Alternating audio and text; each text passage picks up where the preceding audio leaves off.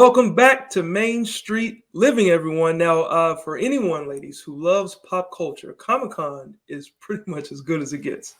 That's right. And after attending for many years as a fan, our next guest will be presenting her team of Latina Superheroes for the first time at the special edition of Comic-Con next week. Please welcome into Main Street Living, Kayden Phoenix. Kayden, thanks so much for joining us. Thank you so much for having me. Truly appreciate it. So Kayden, cool story here. You actually started out writing screenplays for films, but you ended up as the creator of a series of Latina superhero graphic novels. How did you come up with A La Brava? Just for that reason, honestly, I started writing out screenplays like you were saying, and I was like, what do I want to see on the big screen? And I was like, my first thought was a Latina superhero. And so I wrote out a feature-length script. I shot a short film of my first one. And then from there, everybody asked me, where's the comic? Right? And I was like, what comic? And like, the next person, where's the comic? And then like over and over, everyone said there's a comic. And I was like, there's no comic. And for that reason, it's just truth by consensus. I was like, okay, I should probably have a comic. And that's what started me on my path. I just tangented, or pivoted rather, and just went this direction. That's so cool. Fun. Yeah. Tell us about some of your superheroes. Absolutely. So they're all Latinas, like you're saying, but different heritages. So I have Jalisco. She's my Mexican. She's my dancer. She dances folklorico, plays come out of her dress. I have my first generation Tejana. So she's my border town girl of Texas. That's Santa. She's my brawler. She goes up against ice. And I have my Estela Chicana. I have my Dominican gunslinger from New York. And I have my Puerto Rican Cuban from Miami. So they're all within, American Latinos, except for Jalisco, and all very social justice issues as well. Wow, that's so cool. And something for everybody, obviously. So you've been very busy. You've been at this for about 2 years. And now you've been invited to present at the pinnacle of pop culture, really, Comic-Con. They have a special edition event going on in San Diego next week. What does it kind of mean to you to be going to Comic-Con as an exhibitor and a panelist? It's so amazing. Honestly, it's just it's not overwhelming. It's just really exciting. It's more exciting than anything because I'm now on the other side of the table. I'm now on the other side of the table, I guess, on the chairs as well. Even as a panelist, I even got a couple panels. It's just surprising, but really, I'm just really happy. I'm excited about it. I'm just happy to have that experience, and then very fortunate and grateful as well.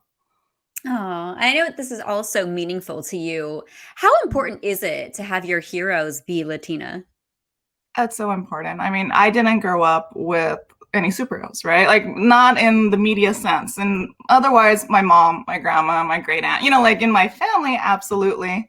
But we don't see ourselves as superheroes because they don't give us that opportunity on the big screen, on the small screen, even in the comic books. We don't have Latino superheroes. Now we do here and there. We have America Chavez or Quince, like we have little ones, which is great.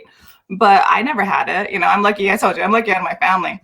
So it's important because Latinas, we're 20%. We're like almost a quarter of the United States. We're 70% of California, right? Like, how come we can't see ourselves as heroes? Yeah, absolutely. I mean, it's so important to your point, to just, if you don't see what you want to see, then create it, right? Because representation is just so important here. So what kind of do you hope that readers will learn from your stories? I just hope that they take away a good story, for one, because it is a story. I'm still a screenwriter. I'm still a comic book writer. So it is a great story, hopefully. But also that just empowerment, that of course you can do it. Like, it doesn't matter your skin color, your gender. It doesn't matter any of that extra stuff. Like, of course you can do it. I grew up with that mentality as well. But like, why can't you? If you want to make a comic book, please go ahead. It's not that hard, to be very honest with you. I don't believe you because it's beautiful. You guys should see this. Yeah, and going back to your characters, what in particular are people loving about them? Just there's different things. One, they always think I'm the artist, which is a great compliment. I am not the artist, I'm the writer, creator. But visually, they're very aesthetically pleasing, right? They have the big eyes, they have the soft chins, and they're very Disney and anime put together, which is what I wanted, which is what, like, saying, when I was looking on Instagram, looking through creating my tone boards, I was like, this is what I like. And so my comics kind of made what the flavor is right now on the times. Also, I grew up with Disney, as you can tell, very Disney princesses. And so in that sense, but it's just the modern version, just they have clothes on, like little simple things. They don't have to wear dress, they can wear pants, right? Like very simple, but it's just like, it's so obvious to you and I, and obviously to kids as well. So there's lots of things, but they love the colors as well as obviously the eyes and the just the look itself, but the colors, the palettes are really popping. I use a lot of warm colors for Jalisco because everyone's warm to each other. So red, yellows, oranges, very cold colors Nice. in Estafa because everybody fights. So that's like the baby blues, baby pinks, and then I'm Bandita is muted because she's my cowboy. She's my country girl. So, just Do you have very. one that you identify with the most? I like all of them. It's not an answer. They're all your babies. Yeah, I mean, of course. I say Jalisco because that's the most familiar to me. My grandma's from Jalisco, which is why I stay in Jalisco. My mom danced Tocorico, so that's her dance, the Mexican traditional dance that she does. Right. All the mentor's name is Adela, which is my other grandma's name, right? Like it's all little parts of my family in it, infused in the story. So that one is my favorite by default. Oh man, it sounds like so much fun, Comic-Con. If people cannot make it out there, where can they learn more about you and your superheroes? So my website, which also has a store and more information, is latinasuperheroes.com. And then my Instagram and TikTok is also Latina Superheroes.